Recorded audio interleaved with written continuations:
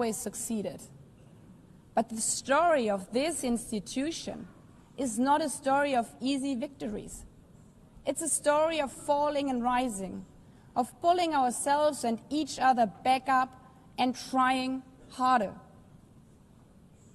We gather here for the 80th time, not for empty celebration, not out of ritual, not to hear our own voices. We gather to prove that this institution matters, and that through this institution, every nation represented here, no matter how big or small, can summon again the strength and unity first shown in San Francisco 80 years ago. The courage and resolve of world leaders, who even while some called them back then naive, believed they could build a better world from the wreckage of the old. They showed then what true leadership is. It's not about imposing your will or putting others down. True leadership is about lifting others up, not out of altruism, but for our mutual benefit, and even out of our self-interest. Because as our founders and every architect of peace since then has understood, helping others is what makes ultimately our own countries stronger. Could any state have faced the global pandemic alone? The virus did not have any passport. We were only able to solve it at the end with the support of the World Health Organization. The climate crisis does not stop at borders. CO2 emissions anywhere affect people everywhere. Even the wealthiest cities in the world cannot shield themselves from wildfires. And imagine coming here by plane, how safe would you feel to step into the next airplane if there were no International Civil Aviation Organization anymore, which is responsible for setting safety regulations for 5 billion passengers each year? How comfortable would you be with your children using the internet while AI is uncontrolled and unchecked? As the lines between what is real and fake start to blur. In this globalized, digitalized world, we work together or we suffer alone. Excellencies, the theme of this milestone session and the high-level week is therefore better together. 80 years and more for peace, development, and human rights. Will living up to that be easy? No. But this hall was not built for easy times. It was built to come together to confront the hardest topics. This session is a session where the high-level week is about resolving differences. We showed some of it yesterday already. But even the House of Dialogue and Diplomacy needs a renovation. That is why the UN80 initiative and the wider reform process are not luxuries, but necessities. We are literally now at a crossroads, a make it or break it moment, politically, financially. Therefore, we have to deliver a United Nations that is agile, cost-effective, and fit for purpose. Member States have to give the Secretary General and this process their full support, because reform cannot stop in New York. It must carry through to every capital. That includes delivering the Pact for the Future and accelerating progress on the Sustainable Development Goals. Again, this is not about charity. It's about addressing the core purposes of this institution, about strengthening our foundations across all 3 pillars: peace and security, human rights, and sustainable development. They are inseparable. Leaving hundreds of millions trapped in extreme poverty, vulnerable to crisis, and denied their human rights is not only a moral failure, it's a recipe for for global unrest, terrorism, and the tragic waste of humanity's greatest resource, its people. Put it simply, without the SDGs, there cannot be lasting peace. Excellencies, our future as an institution will also be shaped by the selection of the next Secretary General. And here we must pause and reflect. In nearly 80 years, this organization has never chosen a woman for that role. One might wonder how out of 4 billion potential candidates, there could not be found a single one. Of course,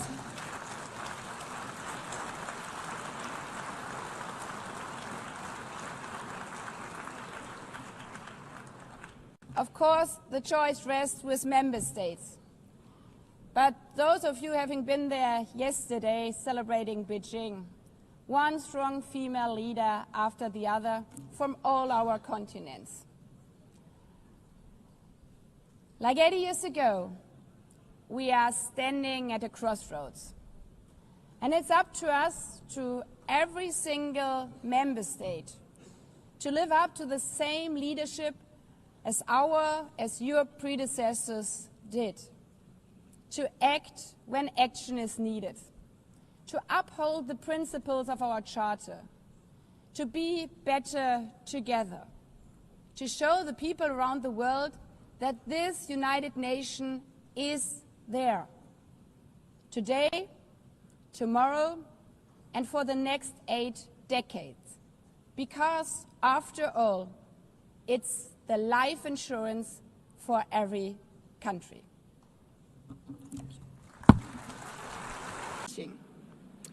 Within this time frame, I would like to appeal to speakers to deliver their statements at a reasonable pace so that interpretation into the other official languages may be provided properly.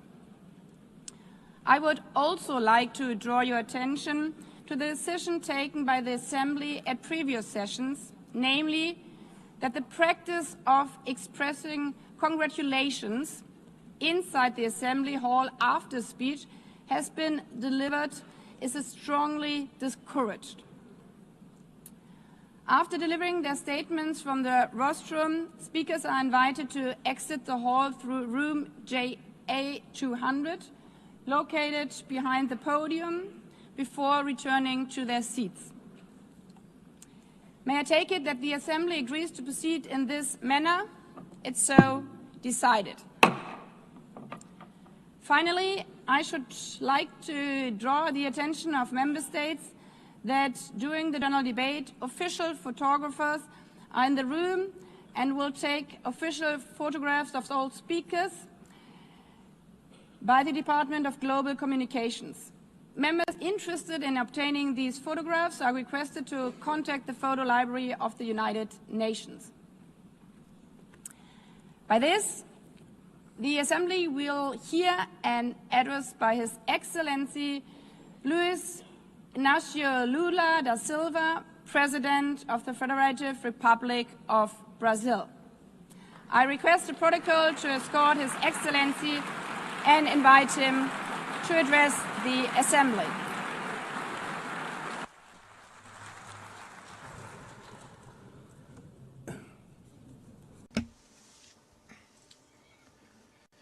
Madam President of the General Assembly, Annalena Baerbock, Mr. Secretary General Antonio Guterres, dear heads of state and government, and representatives of the member states gathered here. This should be a time to celebrate the United Nations. Created at the end of the war, the UN symbolizes the highest expression of the aspiration for peace and prosperity. Today, however, the ideals that inspired its founders in San Francisco are under threat as never before in their history.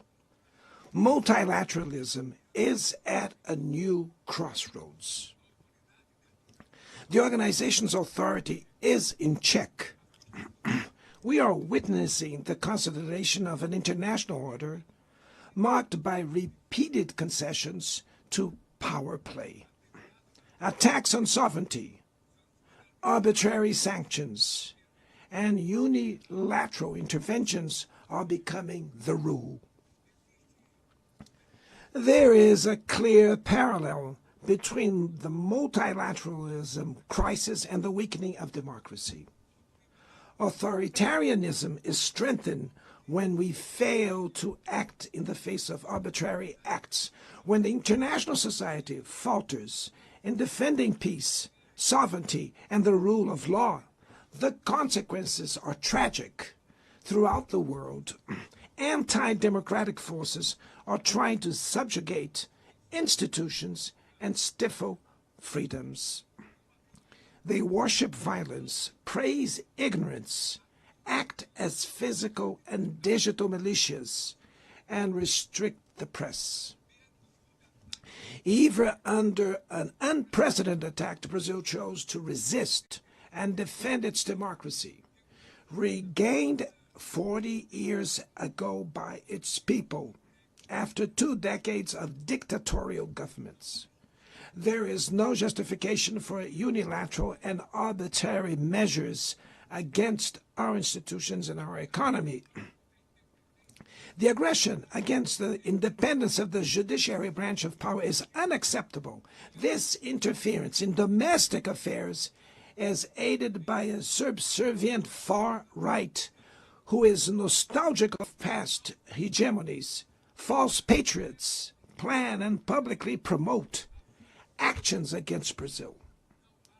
Peace cannot be achieved with impunity. A few days ago, and for the first time in 525 years of our history, a former head of state was convicted of attacking the democratic rule of law. He was investigated, indicted, trialed, and held accountable for his actions in a meticulous process. He has the right to defend himself was secured, a prerogative that dictatorships deny to their victims. Before the eyes of the world, Brazil sent a message to all aspiring autocrats and those who support them. Our democracy, our sovereignty are non-negotiable.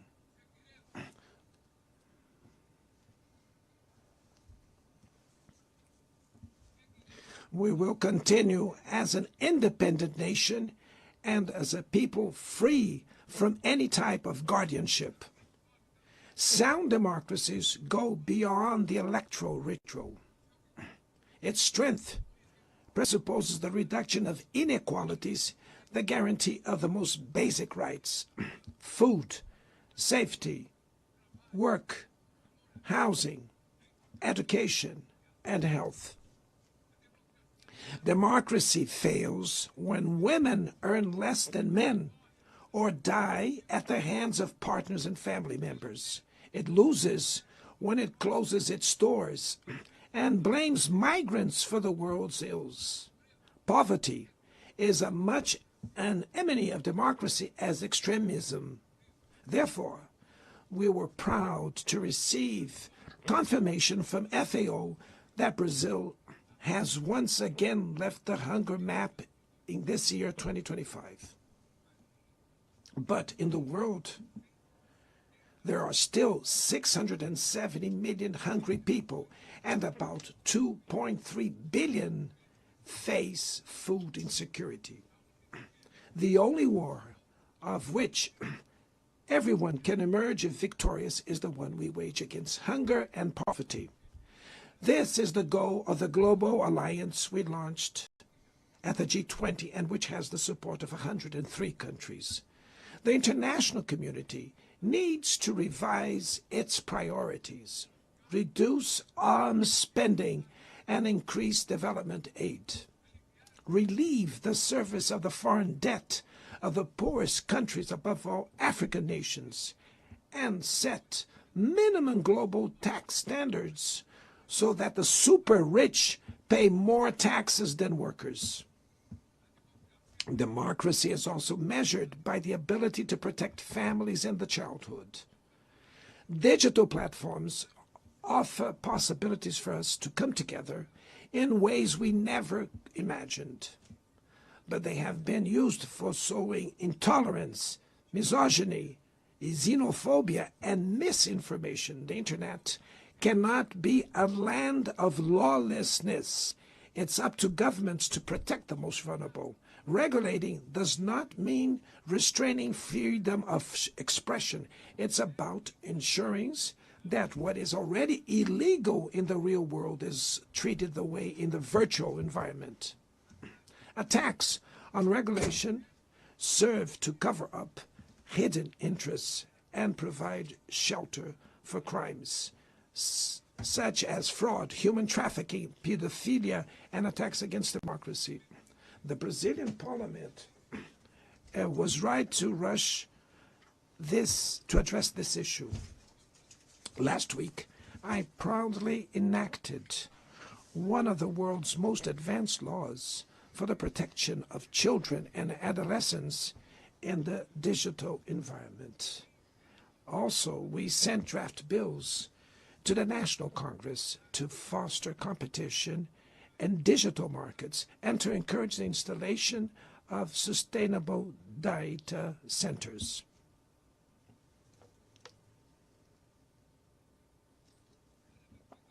To mitigate the risks of artificial intelligence, we are committed to building multilateral governance in line with the Global Digital Compact that was approved in this plenary last year.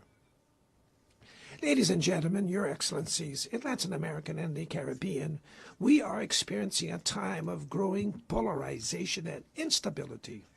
Maintaining the region as a zone of peace is and was our priority. We are a continent free of weapons of mass destruction, without ethnic or religious conflicts.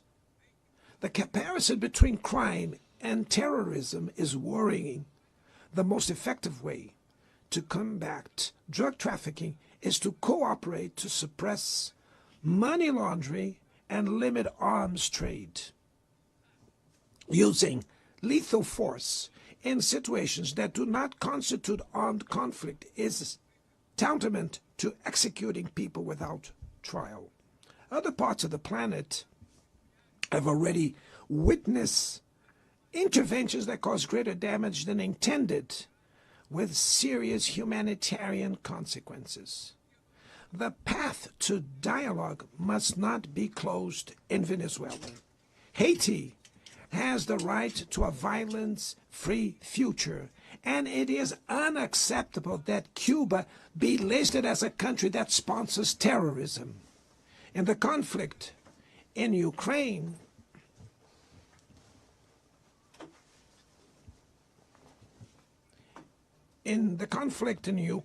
we all already know that there will be no military solution. The recent meeting in Alaska raised hopes for a negotiated way out. It's necessary to pave the way for a realistic solution. This implies taking into account the legitimate security concerns of all parties. The African Initiative and the Friends for Peace group created by China and Brazil can help promote dialogue and a diplomatic solution. No situation is more emblematic of the disproportionate and illegal use of force than the one occurring in Palestine. The terrorist attacks perpetrated by Hamas are indefensible from any angle, but nothing, absolutely nothing, justifies the ongoing genocide in Gaza.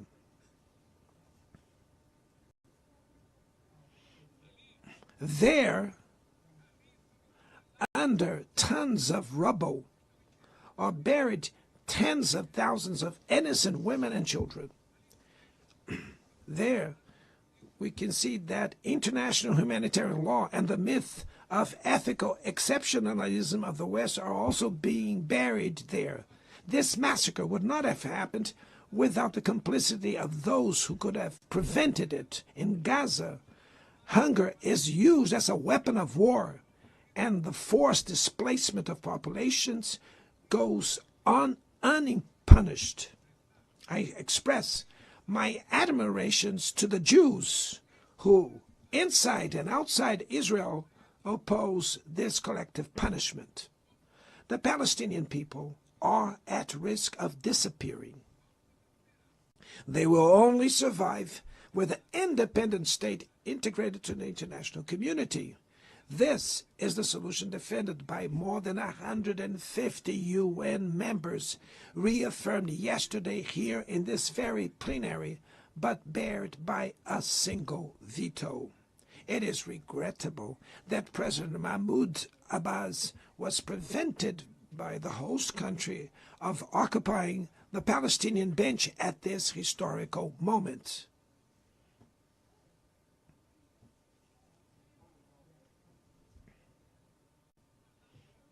The spread of this conflict to Lebanon, Syria, Iran, Qatar is fueling an unprecedented arms build-up. Madam President, bombs and nuclear weapons will not protect us from the climate crisis. The year of 24 was the warmest already registered.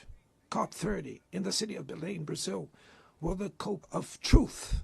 It will be the time for world leaders to prove the seriousness of their commitment to the planet. Without a complete picture of the NDC's nationally determined contributions, we were walking blindfolded towards the abyss. Brazil has committed to reducing its emissions by 59% and 67%, covering all greenhouse gases and all sectors of the economy. Developing nations face climate change while grappling with other challenges. Meanwhile, rich countries enjoy a standard of living reached at the expense of 200 years of greenhouse gas emissions, demanding greater ambition and greater access to resources and technology. Is not a matter of charity, but of justice. The race for critical minerals essential for energy transition cannot reproduce the predatory and asymmetrical logic that has characterized recent centuries. In Belém City, the world will learn about the reality of the Amazon. Brazil has already reduced deforestation by half in the region in the last 2 years. Eradicating it requires ensuring decent living conditions for its millions of inhabitants. Promoting sustainable development is the objective of the Tropical Forest Forever facility, which Brazil intends to launch to compensate countries that keep their forests standing. But the time has come to move from the negotiation phase to the implementation stage. The world owes a lot to the regime created by the Climate Convention. Climate change needs to be brought to the heart of the UN so that it gets the attention it deserves. A council linked to the General Assembly with the power and legitimacy to monitor commitments provide coherence to climate action.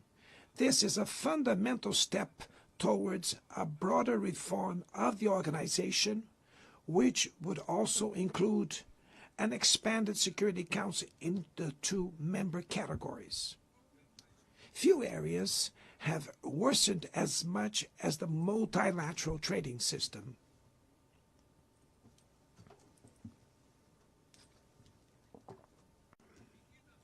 Unilateral measures have rendered fundamental principles, such as the most favored nations clauses, meaningless.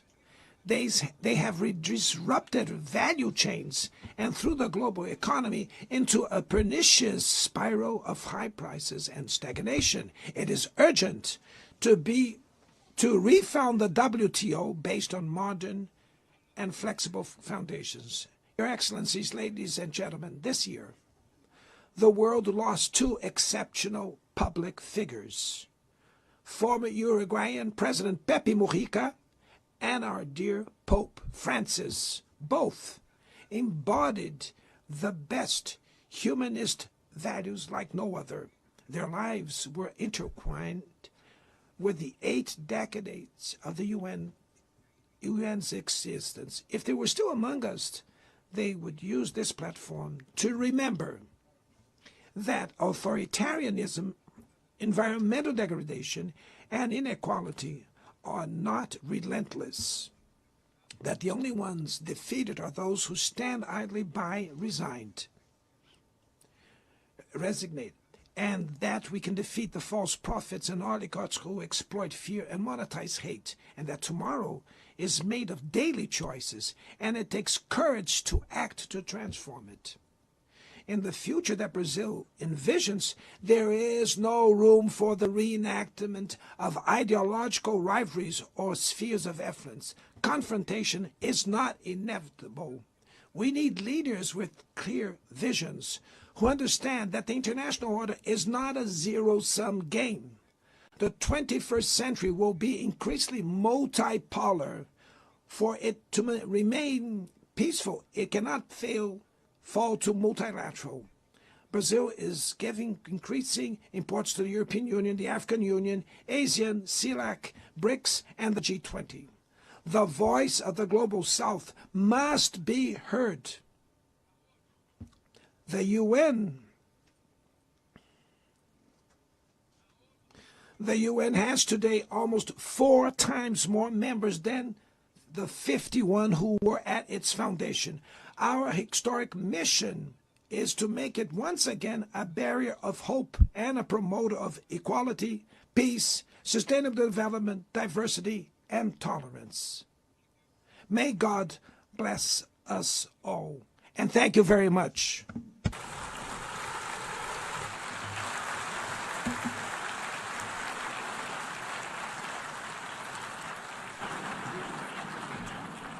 On behalf of the Assembly, I wish to thank the President of the Federative Republic of Brazil,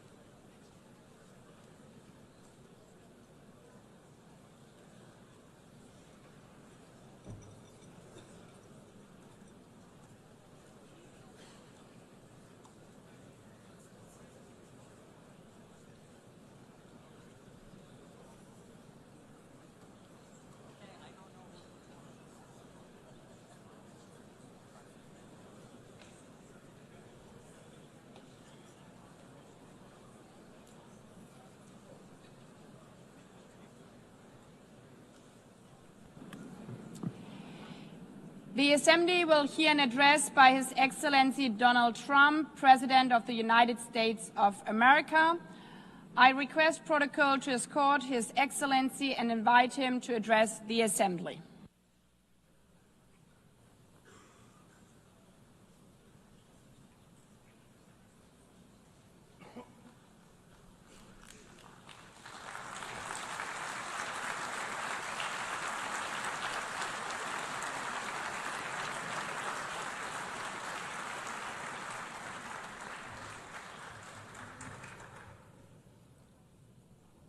Thank you very much.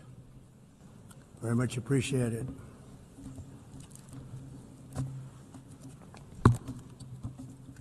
And I don't mind making the speech without a teleprompter, because the teleprompter is not working. I feel very happy to be up here with you nevertheless, and that way you speak more from the heart. I can only say that whoever's operating this teleprompter is in big trouble.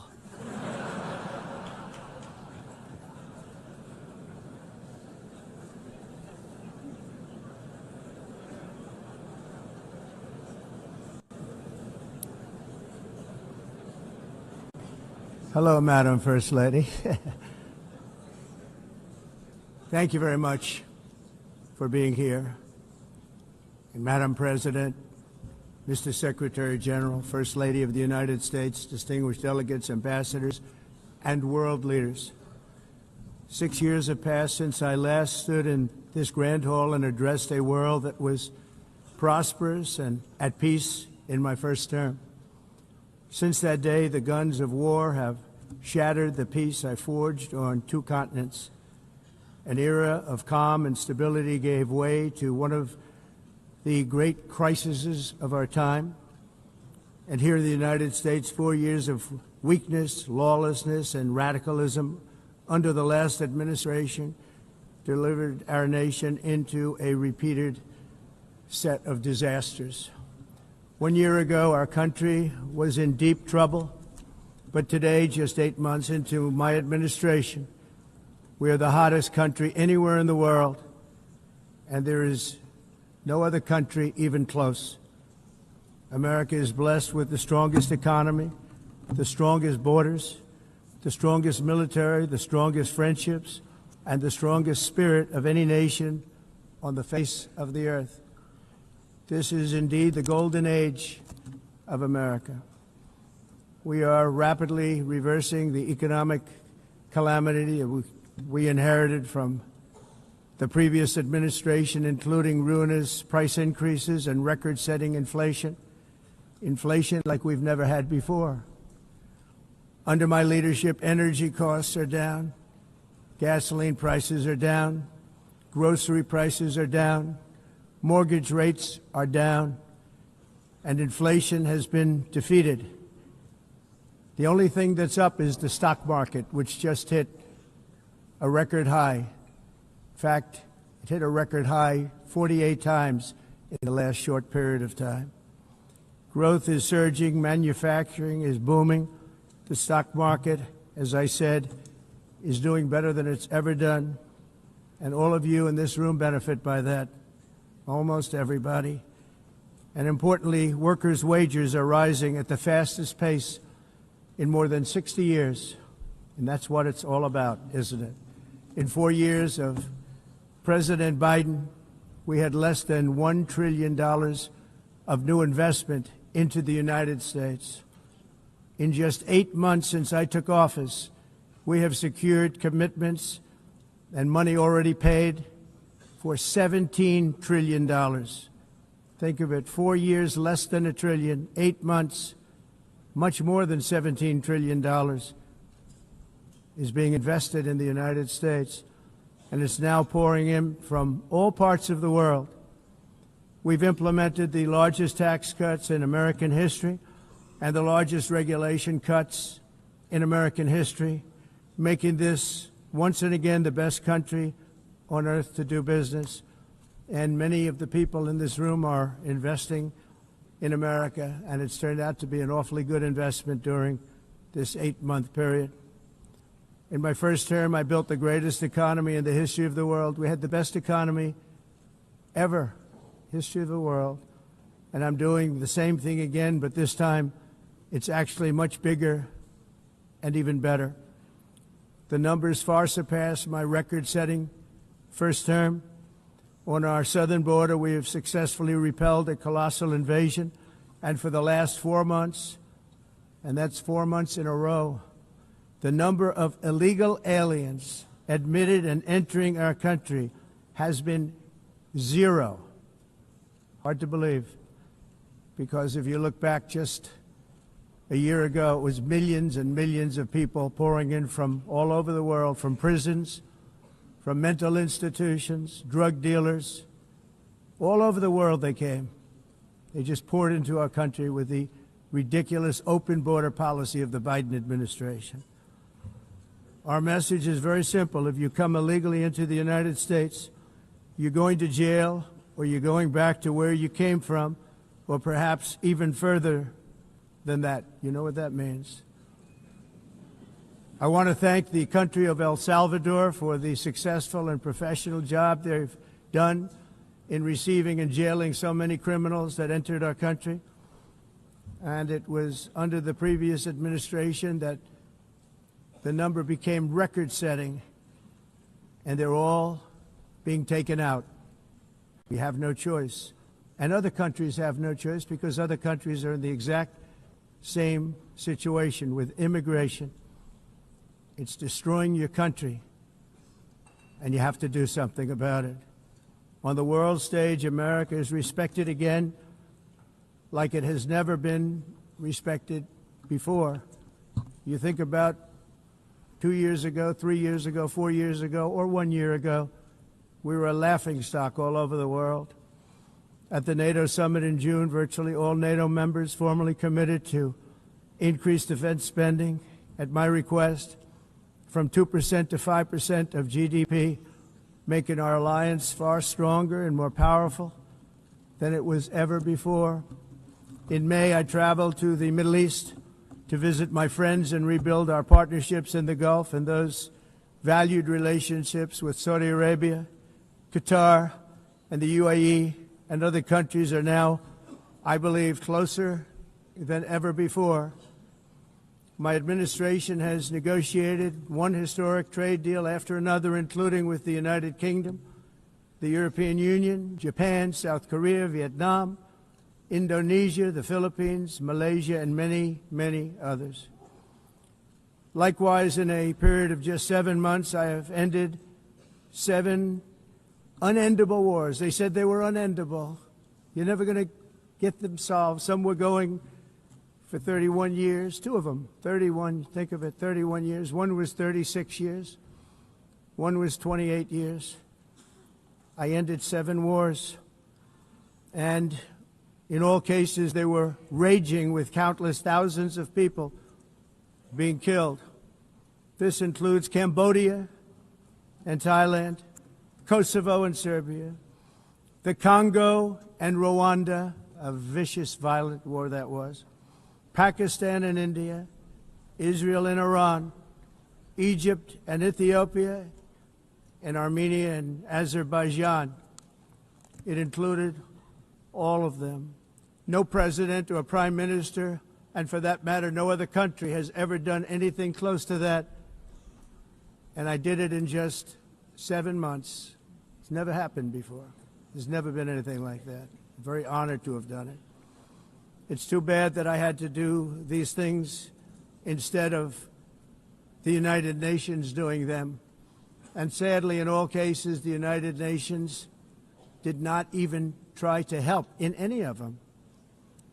I ended 7 wars, dealt with the leaders of each and every one of these countries, and never even received a phone call from the United Nations offering to help in finalizing the deal.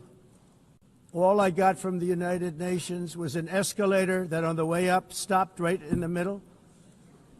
If the First Lady wasn't in great shape, she would have fallen, but she's in great shape. We're both in good shape. We both stood. And then a teleprompter that didn't work. These are the 2 things I got from the United Nations, a bad escalator and a bad teleprompter. Thank you very much. And by the way, it's working now. It just went on. Thank you. I think I should just do it the other way. It's easier. Thank you very much. I didn't think of it at the time because I was too busy working to save millions of lives. That is the saving and stopping of these wars. But later I realized that the United Nations wasn't there for us. They weren't there. I thought of it really after the fact, not during these negotiations, which were not easy. That being the case, what is the purpose of the United Nations? The UN has such tremendous potential. I've always said it. It has such tremendous, tremendous potential, but it's not even coming close to living up to that potential. For the most part, at least for now, all they seem to do is write a really strongly worded letter and then never follow that letter up. It's empty words, and empty words don't solve war. The only thing that solves war and wars is action. Now, after ending all of these wars and also earlier negotiating the Abraham Accords, which is a very big thing for which our country received no credit, never receives credit, Everyone says that I should get the Nobel Peace Prize for each one of these achievements. But for me, the real prize will be the sons and daughters who live to grow up with their mothers and fathers, because millions of people are no longer being killed in endless and unglorious wars. What I care about, building everything. It would be beautiful. I used to talk about, I'm going to give you marble floors. They're going to give you terrazzo. I'm going to give you the best of everything. You're going to have mahogany walls. They're going to give you plastic. But they decided to go in another direction, which was much more expensive at the time, and which actually produced a far inferior product. And I realized that they did not know what they were doing when it came to construction, and that their building concepts were so wrong, and the product that they were proposing to build was so bad and so costly. It was going to cost them a fortune. And I said, and wait till you see the overruns.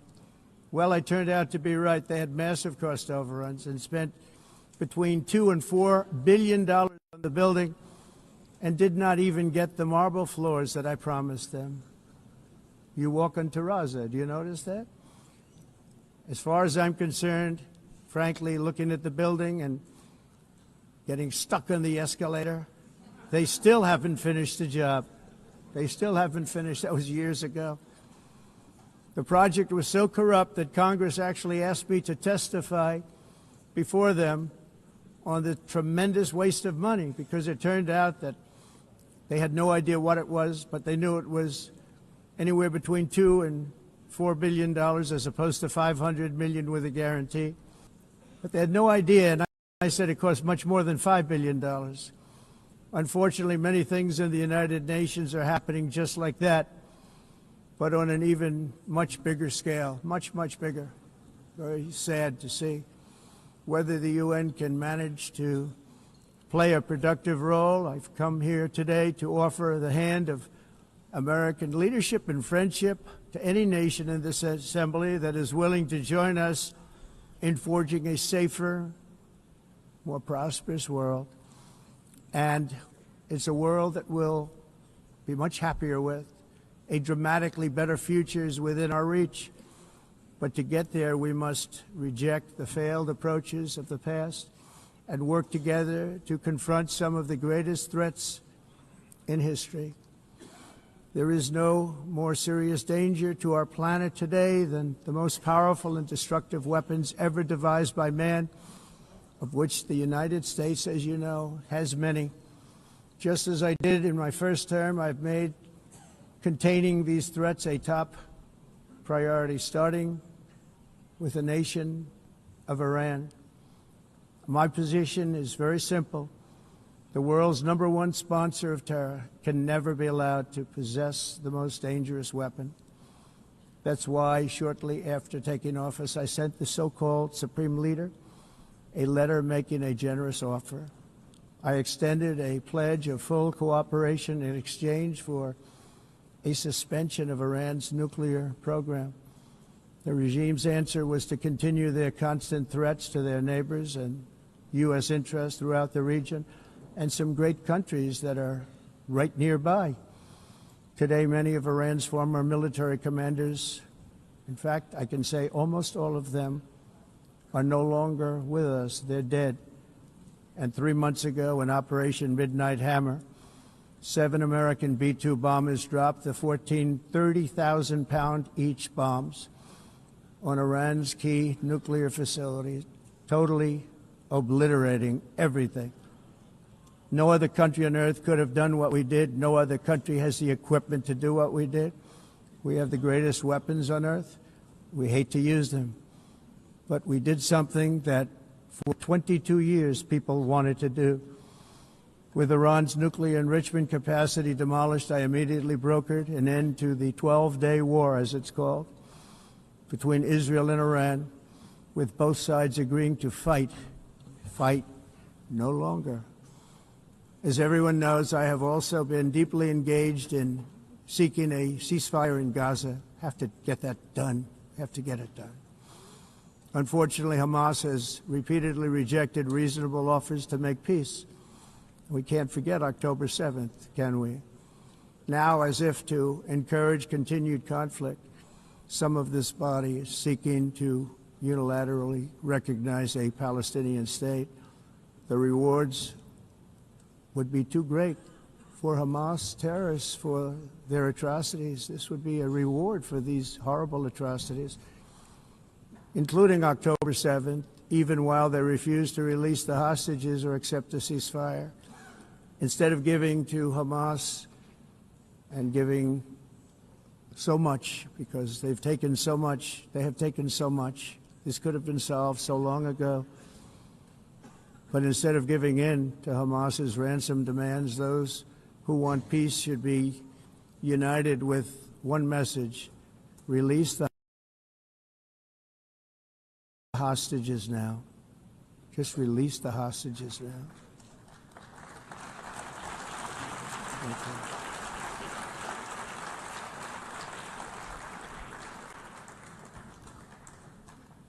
Thank you. As we have got to come together, and we will come together, got to get it done. We have to stop the war in Gaza immediately. We have to stop it. We have to get it done. We have to negotiate, immediately have to negotiate peace. We got to get the hostages back. We want all 20 back. We don't want 2 and 4. As you know, I got, along with Steve Witkoff and others that helped us, Marco Rubio, we got most of them back. We were involved in all of them. But I always said the last 20 are going to be the hardest, and that's exactly what happened. We have to get them back now. We don't want to get back 2, and then another 2, and then 1, and then 3.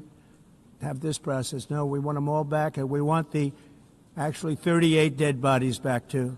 Those parents came to me, and they want them back, and they want them back very quickly and very badly, as though they were alive. They want them. They want them every bit as much as if their son or daughter were alive. I've also been working relentlessly, stopping the killing in Ukraine. I thought that would be, of the 7 wars that I stopped, I thought that would be the easiest because of my relationship with President Putin, which had always been a good one. I thought that was going to be the easiest one. But you know, in war, you never know what's going to happen. There are always lots of surprises, both good and bad. Everyone thought Russia would win this war in 3 days, but it didn't work out that way. It was supposed to be just a quick little skirmish. It's not making Russia look good. It's making them look bad. No matter what happens from here on out, this was something that should have taken a matter of days, certainly less than a week, and they've been fighting for 3.5 years and killing anywhere from 5,000 to 7,000 young soldiers, mostly soldiers, on both sides, every single week, from 5,000 to 7,000 dead young people, and some in cities, much smaller numbers, where rockets are shot, where drones are dropped. This war would never have started if I were president. This was a war that should have never happened. It shows you what leadership is, what bad leadership can do to a country. Look what happened to the United States, and look where we are right now in just a short period of time. The only question now is how many more lives will be needlessly lost on both sides. China and India are the primary funders of the ongoing war by continuing to purchase Russian oil. But inexcusably, even NATO countries have not cut off much Russian energy and Russian energy products, which, as you know, I found out about 2 weeks ago, and I wasn't happy. Think of it. They're funding the war against themselves. Who the hell ever heard of that one?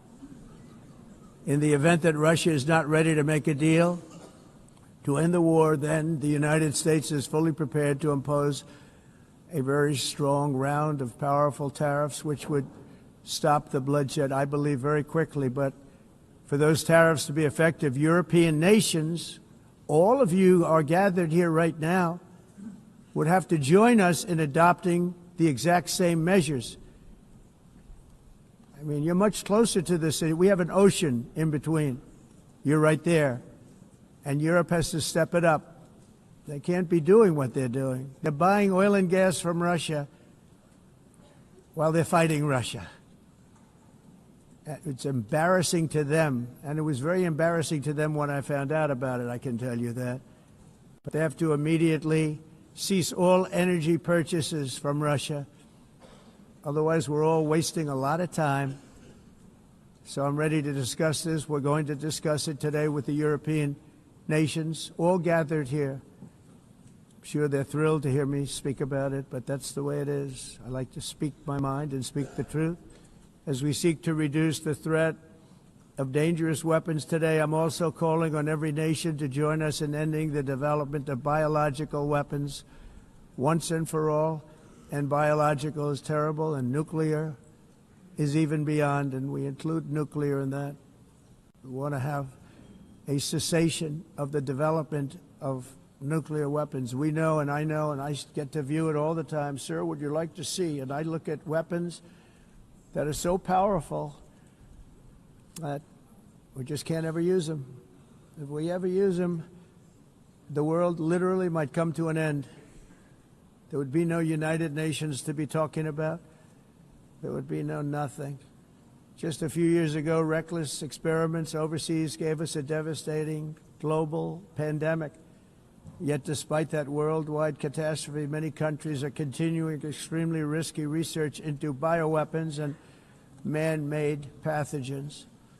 This is unbelievably dangerous.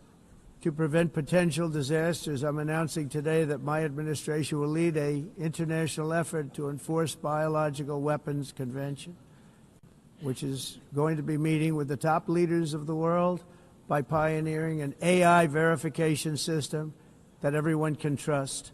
Hopefully the UN can play a constructive role, and it will also be one of the early projects under AI. Let's see how good it is, because a lot of people are saying it could be one of the great things ever, but it also can be dangerous, but it can be put to tremendous use and tremendous good, and this would be an example of that. Not only is the UN not solving the problems it should, too often, it's actually creating new problems for us to solve. The best example is the #1 political issue of our time, the crisis of uncontrolled migration. It's uncontrolled. Your countries are being ruined. The United Nations is funding an assault on Western countries and their borders. In 2024, the UN budgeted $372 million in cash assistance to support an estimated 624,000 migrants journeying into the United States. Think of that. The UN is supporting people that are illegally coming into the United States, and then we have to get them out. The UN also provided food, shelter, transportation, and debit cards to illegal aliens. Can you believe that? On the way to infiltrate our southern border. Millions of people came through that southern border. Just a year ago, millions and millions of people were pouring in, 25 million altogether over the 4 years of the incompetent Biden administration. And now we have it stopped, totally stopped. In fact, they're not even coming anymore because they know they can't get through. But what took place is totally unacceptable. The UN is supposed to stop invasions, not create them and not finance them. In the United States, we reject the idea that mass numbers of people from foreign lands can be permitted to travel halfway around the world, trample our borders, violate our sovereignty, cause unmitigated crime, and deplete our social safety net. We have reasserted that America belongs to the American people, and I encourage all countries to take their own stand in defense of their citizens as well. You have to do that because I see it. I'm not mentioning names. I see it, and I can call every single one of them out. You're destroying your countries. They're being destroyed. Europe is in serious trouble. They've been invaded by a force of illegal aliens like nobody's ever seen before. Illegal aliens are pouring into Europe. Nobody is ever, and nobody's doing anything to change it, to get them out. It's not sustainable. And because they choose to be politically correct, they're doing just absolutely nothing about it. And I have to say, I look at London, where you have a terrible mayor, terrible, terrible mayor. And it's been so changed, so changed. Now they want to go to Sharia law, but you're in a different country. You can't do that. Both the immigration and their suicidal energy ideas will be the death of Western Europe if something is not done immediately. This cannot be sustained. What makes the world so beautiful is that each country is unique. But to stay this way, every sovereign nation must have the right to control their own borders. You have the right to control your borders, as we do now, and to limit the sheer numbers of migrants entering their countries and paid for by the people of that nation that were there and that built that particular nation at the time. They put their blood, sweat, tears, money into that country, and now they're being ruined. Proud nations must be allowed to protect their communities and prevent their societies from being overwhelmed by people they have never seen before, with different customs, religions, with different everything. Where migrants have violated laws, lodged false asylum claims, or claimed refugee status for illegitimate reasons, they should, in many cases, be immediately sent home. And while we will always have a big heart for places and people that are struggling and truly compassionate, answers will be given. We have to solve the problem, and we have to solve it in their countries, not create new problems in our countries. And we are very helpful to a lot of countries that are just not able to send their people anymore. They used to send them to us in caravans of 25,000, 30,000 people each. These massive caravans of people pouring into our country, totally unchecked and unvetted. But not anymore. According to the Council of Europe, in 2024, almost 50% of inmates in German prisons were foreign nationals or migrants. In Austria, the number was 53% of the people in prisons were from places that weren't from where they are now. In Greece, the number was 54%, and in Switzerland, beautiful Switzerland, 72% of the people in prisons are from outside of Switzerland. When your prisons are filled with so-called asylum seekers who repaid kindness, and that's what they did, they repaid kindness with crime, it's time to end the failed experiment of open borders. You have to end it now. See, I can tell you. I'm really good at this stuff. Your countries are going to hell. In America, we've taken bold action to swiftly shut down uncontrolled migration. Once we started detaining and deporting everyone who crossed the border and removing illegal aliens from the United States, they simply stopped coming. They're not coming anymore. We're getting a lot of credit, but they're not coming anymore. This was a humanitarian act for all involved, because on the trips up, thousands of people a week were dying. Women were being raped. Nobody's ever seen anything like it. Raped, horribly beaten, raped. On the trip up, the journey up, it was a long walk. It was a long, arduous journey, indeed.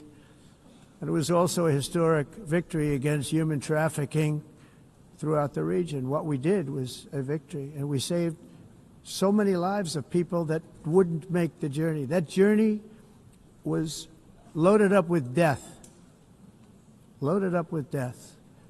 Dead bodies all along the roads of jungles to get up. They go through jungles, they go through areas so hot you couldn't breathe. They were dying of suffocation, areas so hot that you couldn't breathe. Dead bodies all over. By them not coming, we're saving tremendous numbers of lives. My people have done a fantastic job in doing what they did, and the American public agrees with it. I mean, I was very proud to see this morning I have the highest poll numbers I've ever had. Part of it is because of what we've done on the border. I guess the other part is what we've done on the economy.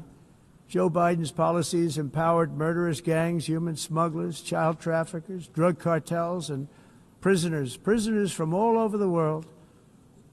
The previous administration also lost nearly 300,000 children. Think of that. They lost more than 300,000 children, little children, who were trafficked into the United States on the Biden watch, many of whom have been raped, exploited, and abused, and sold sold.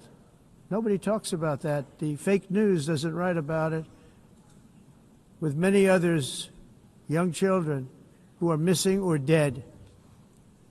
And we found a lot of these children, and we're sending them back, and we've been sending them back to their parents. They said, nobody knows who they are. They said, where do you come from? And they'll give us a country, and we'll find out, and we'll figure it out, and we'll bring them back to their homes. And the mother and father rush to the door, and their tears in their eyes. They can't believe that they're seeing their son or daughter, their little son or daughter again. We've done almost 30,000 of them so far. Any system that results in the mass trafficking of children is inherently evil. Yet that is exactly what the globalist migration agenda has done, and it's what it's all about. In America, those days, as you know, are over. The Trump administration is working, and we are continuing to work to track down the villains that are causing this problem, and also, as I said, to get back the 30,000 we've already returned. Now I think we're going to have another. We're going to find a lot. You're not going to find all of them. 300, more than 300,000. They're lost or they're dead. They're lost or they're dead because of the animals that did this. To protect our citizens, I've also designated multiple savage drug cartels as far as and you see this, and you see it happening right before your eyes. Let's put it this way. People don't like taking big loads of drugs in boats anymore. There aren't too many boats that are traveling on the seas by Venezuela. They tend not to want to travel very quickly anymore. And we've virtually stopped drugs coming into our country by sea. We call them the water drugs. They kill hundreds of thousands of people. I've also designated multiple savage drug cartels as far as foreign terrorist organizations, along with two bloodthirsty transnational gangs, probably the worst gangs anywhere in the world, MS-13 and Tren de Aragua. Tren de Aragua is from Venezuela, by the way. Such organizations torture, maim, mutilate, and murder with impunity. They're the enemies of all humanity. For this reason, we've recently begun using the supreme power of the United States military to destroy Venezuelan terrorists and trafficking networks led by Nicolas Maduro. To every terrorist thug smuggling poisonous drugs into the United States of America, please be warned that we will blow you out of existence. That's what we're doing. We have no choice. Can't let it happen. They're destroying. I believe we lost 300,000 people last year to drugs, 300,000. Fentanyl and other drugs. Each boat that we sink carries drugs that would kill more than 25,000 Americans. We will not let that happen. Energy is another area where the United States is now thriving like never before. We're getting rid of the falsely named renewables. By the way, they're a joke. They don't work. They're too expensive. They're not strong enough to fire up the plants that you need to make your country great. The wind doesn't blow. Those big windmills are so pathetic and so bad, so expensive to operate. And they have to be rebuilt all the time, and they start to rust and rot. Most expensive energy ever conceived, and it's actually energy. You're supposed to make money with energy, not lose money. You lose money, the governments have to subsidize. You can't put them out without massive subsidies.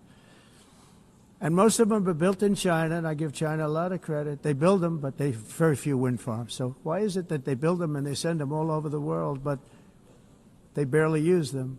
You know what they use? Coal. They use gas. They use almost anything, but they don't like wind. But they sure as hell like selling the windmills. Europe, on the other hand, has a long way to go, with many countries being on the brink of destruction because of the green energy agenda, and I give a lot of credit to Germany. Germany was being led down a very sick path, both on immigration, by the way, and on energy. They were going green, and they were going bankrupt. And the new leadership came in, and they went back to where they were, with fossil fuel and with nuclear, which is good. It's now safe, and you can do it properly. But they went back to where they were, and they opened up a lot of different plants, energy producing plants, and they're doing well. I give Germany a lot of credit for that. They've said this is a disaster, what's happening. They were going all green. All green is all bankrupt. That's what it represents. And it's not politically correct. I'll be very badly criticized for saying it, but I'm here to tell the truth. I don't care. It doesn't matter to me. I'm in New York City. I'm feeling a lot safer. Crime, we're getting crime down. And by the way, speaking of crime, Washington, D.C. Washington, D.C. was the crime capital of America. Now it's a totally, after 12 days, it's a totally safe city. Everyone's going out to dinner. They're going out to restaurants. Your wife can walk down the middle of the street with or without you. Nothing's going to happen. My people have done a fantastic job. And yes, I called in the National Guard, and the National Guard took care of business. And they weren't politically correct, but they took care of business. We got 1,700 career criminals out, brought them back to where they came from, the countries where they came from, or put them in jails. Washington, D.C. is now a totally safe city again, and I welcome you to come. In fact, we'll have dinner together at a local restaurant, and we'll be able to walk. We don't have to go by an armor-plated vehicle. We'll walk right over there from the White House. They've given up their powerful edge, a lot of the countries that we're talking about, in oil and gas, such as essentially closing the great North Sea oil. Oh, the North Sea, I know it so well. Aberdeen was the oil capital of Europe, and there's tremendous oil that hasn't been found in the North Sea, tremendous oil. And I was with the Prime Minister I respect and like a lot, and I said, you're sitting with the greatest asset. They essentially closed it by making it so highly taxed that no developer, no oil company can go there. They have tremendous oil left, and more importantly, they have tremendous oil that hasn't even been found yet. And what a tremendous asset for the United Kingdom. And I hope the Prime Minister is listening, because I told it to him 3 days in a row. That's all he heard. North Sea oil, North Sea, because I want to see them do well. I want to stop seeing them ruining that beautiful Scottish and English countryside with windmills and massive solar panels that go 7 miles by 7 miles, taking away farmland. But we're not letting this happen in America. In 1982, the executive director of the United Nations Environmental Program predicted that by the year 2000, climate change would cause a global catastrophe. He said that it will be irreversible, as any nuclear holocaust would be. This is what they said at the United Nations. What happened? Here we are. Another UN official stated in 1989 that within a decade, entire nations could be wiped off the map by global warming. Not happening. You know, it used to be global cooling. If you look back years ago in the 1920s and the 1930s, they said, global cooling will kill the world. We have to do something. Then they said global warming will kill the world, but then it started getting cooler, so now they could just call it climate change, because that way they can't miss. It's climate change, because if it goes higher or lower, whatever the hell happens, there's climate change. It's the greatest con job ever perpetrated on the world, in my opinion. Climate change, no matter what happens, you're involved in that. No more global warming, no more global cooling. All of these predictions made by the United Nations and many others, often for bad reasons, were wrong. They were made by stupid people that have cost their countries fortunes and given those same countries no chance for success. If you don't get away from this green scam, your country is going to fail. And I'm really good at predicting things, you know. They actually said during the campaign they had a hat, the best-selling hat. Trump was right about everything. And I don't say that in a braggadocious way, but it's true. I've been right about everything. And I'm telling you that if you don't get away from the green energy scam, your country is going to fail. And if you don't stop people that you've never seen before, that you have nothing in common with, your country is going to fail. I'm the President of the United States, but I worry about Europe. I love Europe. I love the people of Europe. And I hate to see it being devastated by energy and immigration. This double-tailed monster destroys everything in its wake, and they cannot let that happen any longer. You're doing it because you want to be nice, you want to be politically correct, and you're destroying your heritage. They must take control strongly and immediately of the unmitigated immigration disaster and the fake energy catastrophe before it's too late. The carbon footprint is a hoax made up by people with evil intentions, and they're heading down a path of total destruction. You know, the carbon footprint, it was a big, big thing a few years ago. I remember hearing about the carbon footprint, and then President Obama would get into Air Force One, a massive Boeing 747, and not a new one, an old one with old engines that spew everything into the atmosphere. He'd talk about the carbon footprint, we must do so. Then he'd get in and he'd fly from Washington to Hawaii to play a round of golf. And then he'd get back onto that big, beautiful plane and he'd fly back and he'd talk about, again, global warming and the carbon footprint. It's a con job. At extreme cost and expense, Europe reduced its own carbon footprint by 37%. Think of that. Congratulations, Europe. Great job. You cost yourself a lot of jobs, a lot of factories closed, but you reduced the carbon footprint by 37%. However, for all of that sacrifice and much more, it's been totally wiped out and then some by a global increase of 54%. Much of it coming from China and other countries that are thriving around China, which now produces more CO2 than all the other developed nations in the world. So all of these countries are working so hard on the carbon footprint, which is nonsense, by the way. It's nonsense. You know, it's interesting. In the United States, we have still radicalized environmentalists, and they want the factories to stop. Everything should stop. No more cows. We don't want cows anymore. I guess they want to kill all the cows. They want to do things that are just unbelievable, and you have it too. But, you know, we have a border, strong, and we have a shape, and that shape doesn't just go straight up. That shape is amorphous when it comes to the atmosphere. And if we had the most clean air, and I think we do, we have very clean air. We have the cleanest air we've had in many, many years.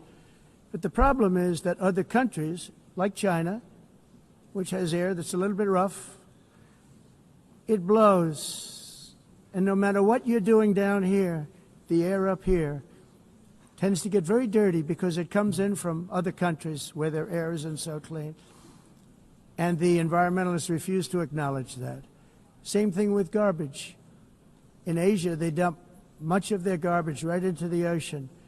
And over about a 1 week and 2 week journey, it flows right past Los Angeles. You've seen it. Massive amounts of garbage, almost too much to do anything about, flowing past Los Angeles, past San Francisco, and then somebody will get in trouble because he dropped a cigarette on the beach. The whole thing is crazy. The primary effect of these brutal green energy policies has not been to help the environment, but to redistribute manufacturing and industrial activity from developed countries that follow the insane rules that are put down to polluting countries that break the rules and are making a fortune. They're making a fortune. European electricity bills are now 4 to 5 times more expensive than those in China, and 2 to 3 times higher than the United States. And our bills are coming way down. You probably see that our gasoline prices are way down. You know, we have an expression, drill.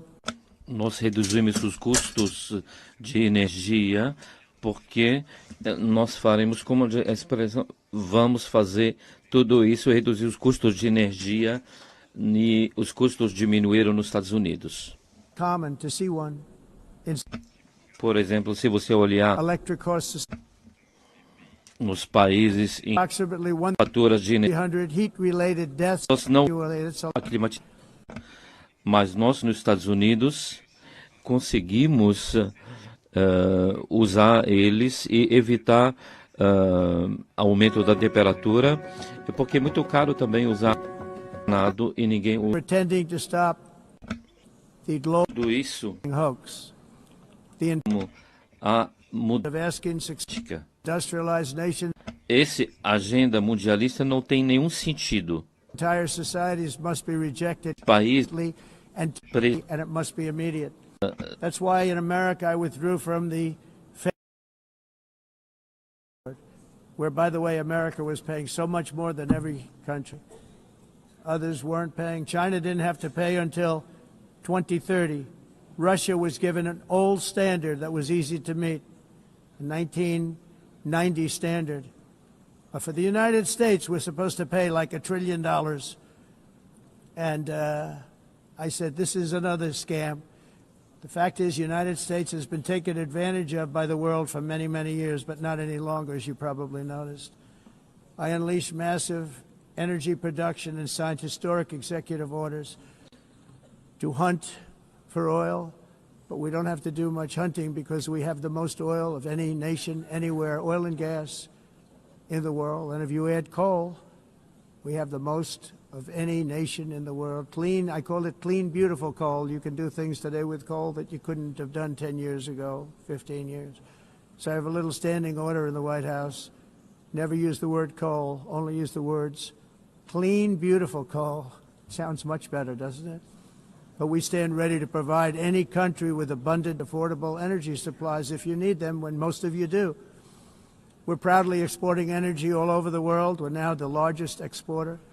In the United States, we want trade and robust commerce with all nations, everybody. We want to help nations. We're going to help nations. But it must also be fair and reciprocal.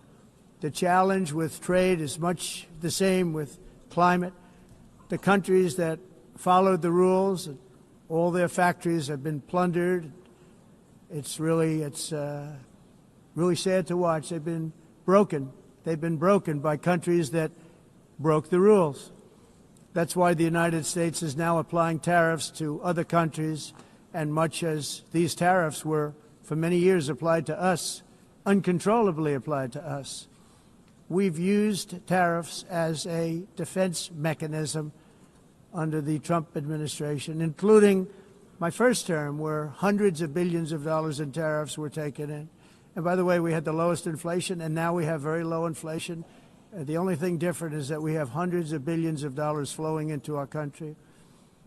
But this is how we will ensure that the system works for everyone and is sustainable into the future. We're also using tariffs to defend our sovereignty and security throughout the world, including against nations that have taken advantage of former U.S. administrations for decades, including the most corrupt, incompetent administration in history, the sleepy Joe Biden administration.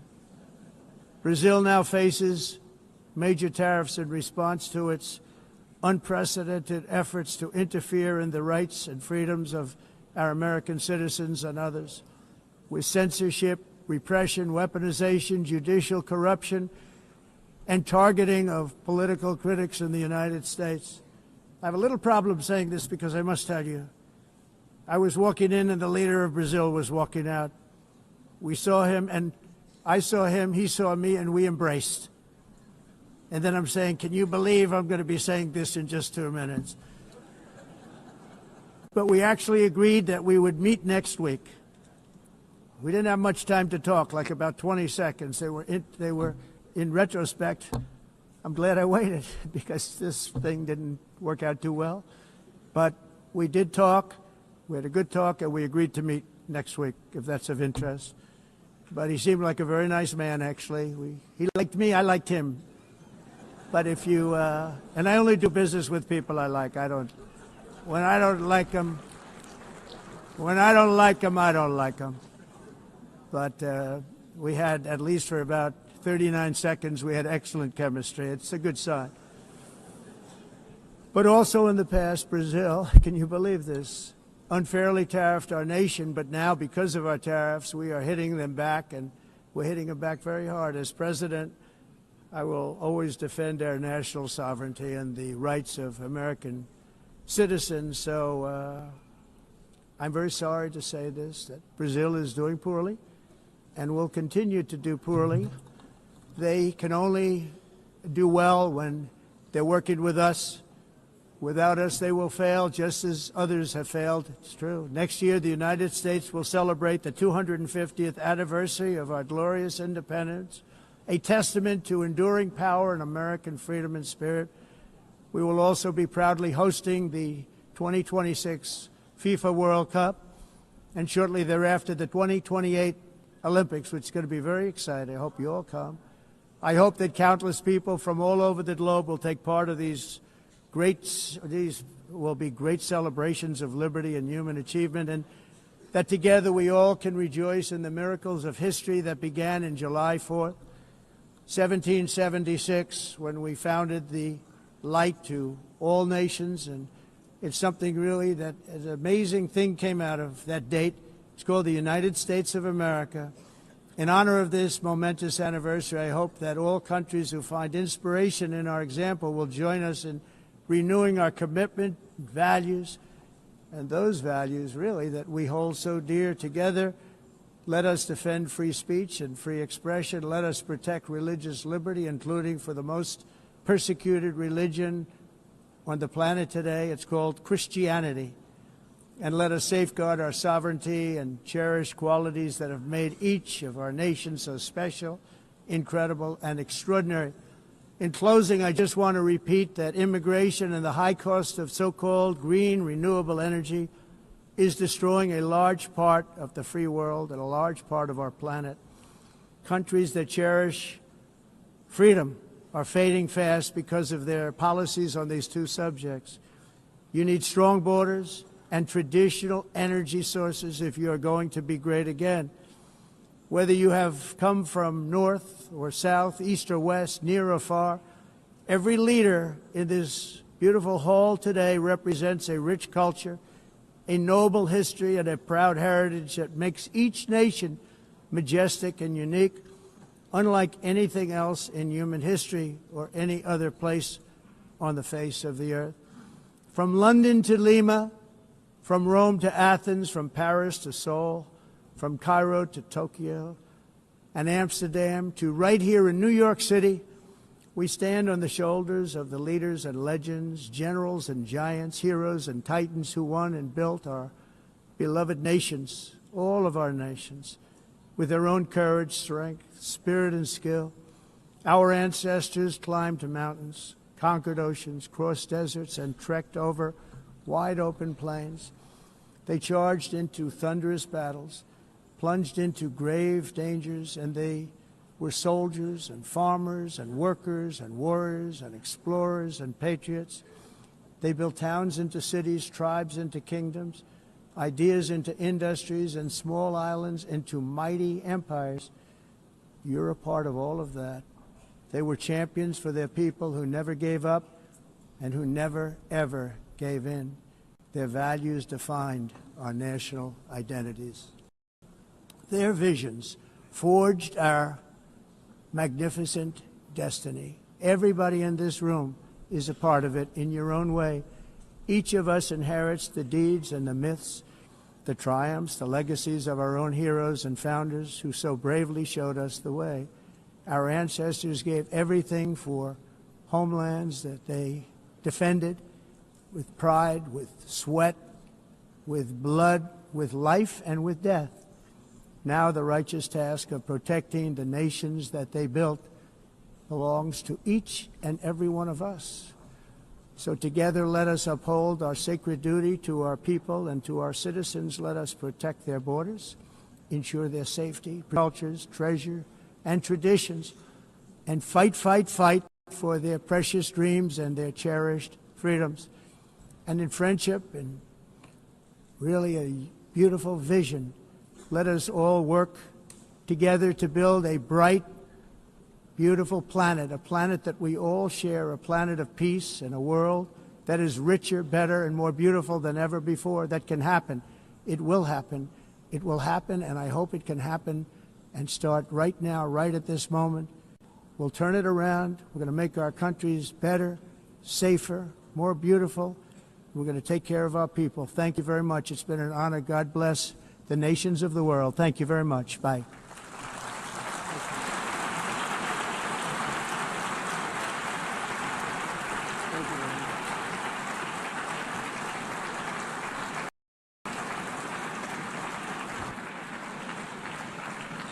On behalf of the Assembly, I wish to thank the President of the United States